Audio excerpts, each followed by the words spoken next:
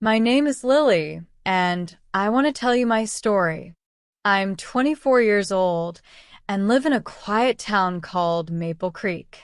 It's a beautiful place surrounded by forests and hills. But life here is not always easy. Everything changed one cold morning in November when I made a very hard decision. I have a younger brother named Ethan. He's only 18, and after our parents passed away, I became both his sister and guardian.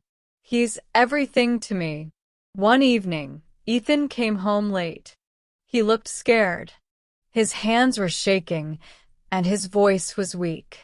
"Lily," he said, "I'm in trouble.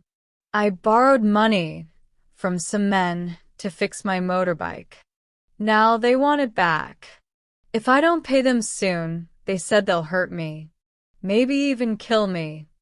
My heart dropped. I had no idea what to do. I worked at a small bakery, and my paycheck barely covered rent and food. We didn't have savings, and there was no one I could ask for help. That night, I couldn't sleep. I kept looking at Ethan, thinking about how I could protect him. Then a name came to my mind: Marcus. He was a rich man in our town, around 36 years old, and owned a chain of car dealerships. He lived in a big white house on a hill and always acted too friendly with me whenever he came to the bakery. He once said, "Lily, you don't belong behind that counter. A pretty girl like you should be with someone who can give you a better life." I never liked him. He made me uncomfortable. But now I had no other option. The next morning, I went to Marcus's house. A maid opened the door and led me to a room with shiny wooden floors and large windows. Marcus came in smiling. "Lily, what a nice surprise," he said. I didn't waste time. "I need your help," I said. "My brother is in danger. He owes bad people money. Please, can you lend me some?" Marcus's smile grew. "Of course I can," he said. "But I have one condition." I froze. "What condition?" I asked. He leaned closer. "You must agree to marry me." His words felt like ice. "I don't love you," I said quickly. "You don't have to," he replied coldly. "You need the money, and I want you. That's the deal." I stood up and walked out of the house in tears. I didn't want to agree. I didn't want to sell myself. But when I looked at Ethan lying on the couch that night, sleeping with worry on his face, I made my decision. I had to save him. The next day, I went back to Marcus's house and agreed. He gave me an envelope full of money. I didn't say much. I just took it and left. But inside, I was breaking. I knew I could never marry a man like him. That night, guilt ate me up. I walked back to Marcus's house with the money in my hand. I told him I changed my mind and wanted to return it. He looked angry. "You think you can take my money and leave?" he asked. His voice was louder, sharper. He stepped closer, his eyes full of something dark. I was scared. My hands were shaking. I didn't feel safe. On the table beside me was a heavy glass lamp. I didn't think. I grabbed it and hit him with all my strength. Marcus fell to the floor. I didn't wait to see if he was okay. I ran out of the house and into the cold, dark night. I kept running through trees, down small roads, until I couldn't breathe. My legs were weak, and my heart felt like it would burst. Then I saw a small wooden house near the forest.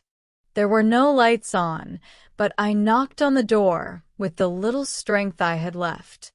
Before I share the rest of my story, I want to ask you something. Where are you listening from? It gives me strength to know someone is hearing my words. Someone who understands. Please tell me in the comments. I would really love to know. A young man opened the door. He looked surprised to see me standing there in the dark. Please, I said softly. I have nowhere to go. Can you help me? He looked at me for a few seconds, then stepped aside. Come in, he said. His name was Noah. He was about 27 years old, quiet and calm. His house smelled like tea and old books. He gave me a blanket and made me sit near the fire. You can rest here. I won't ask anything right now, he said kindly. I didn't know what to say. I just sat there, shaking and tired, but feeling safer than I had in days. I stayed at Noah's house for 3 days. He gave me food and warm clothes and never pushed me to talk. On the second day, I told him everything. About Ethan, about Marcus, about the money. Noah listened quietly. He didn't get angry. He didn't look at me like I was a bad person. He just said, "You did what you had to do for your family. Sometimes we don't have easy choices." His words made me feel something warm inside. I hadn't felt that in a long time. There was something about Noah. His voice, his calm eyes, the way he made tea in silence. It made me feel peaceful, but I knew I couldn't stay forever. On the third day, I packed my small bag and said, "Thank you, Noah. I'll never forget your kindness." As I walked away, I looked back once. He was standing at the door, watching me go. I didn't say anything else. I just walked down the quiet path through the trees. But something strange was happening inside me. I kept thinking about him, his face, his voice, his words. I told myself it was just gratitude. But deep inside, I wasn't sure. Why couldn't I stop thinking about Noah? After I left Noah's house, I walked for hours without knowing where I was going. The trees around Maple Creek were tall and quiet. The wind felt cold on my face. I didn't have a plan, but I knew I had to keep moving. I found a small motel outside the town and used some of the money Marcus gave me to pay for a few nights. I didn't want to use his money, but I had no other choice. I still needed to help Ethan. I sent the rest of the money to him through a friend I trusted. A few days later, he called me. His voice was calm. "They're gone, Lily. The men left. I gave them everything. Thank you for saving me." I smiled with relief. My brother was safe. That was the most important thing. But even though Ethan was safe now, I didn't feel peace. I sat in that small motel room thinking about Noah. I saw his face in my dreams. I heard his quiet voice when I closed my eyes. I tried to forget him, but I couldn't. Why was this happening? I had known him for only a few days. Was it possible to care about someone so quickly? I told myself, no, it's not love. You're just thankful. But my heart told me something different. Every day, I thought about going back to Noah's house. But what would I say? What if he didn't want to see me again? What if he thought I was just trouble? The questions made me scared, but they didn't stop me. One morning, I woke up early, packed my bag, and walked back toward the forest. As I walked the familiar path, my heart beat faster with every step. I reached Noah's house just before sunset. The sky was orange, and birds were flying home. I stood at the door and took a deep breath. Then I knocked. Noah opened the door. His eyes widened in surprise. "Lily, you came back." "Yes," I said softly.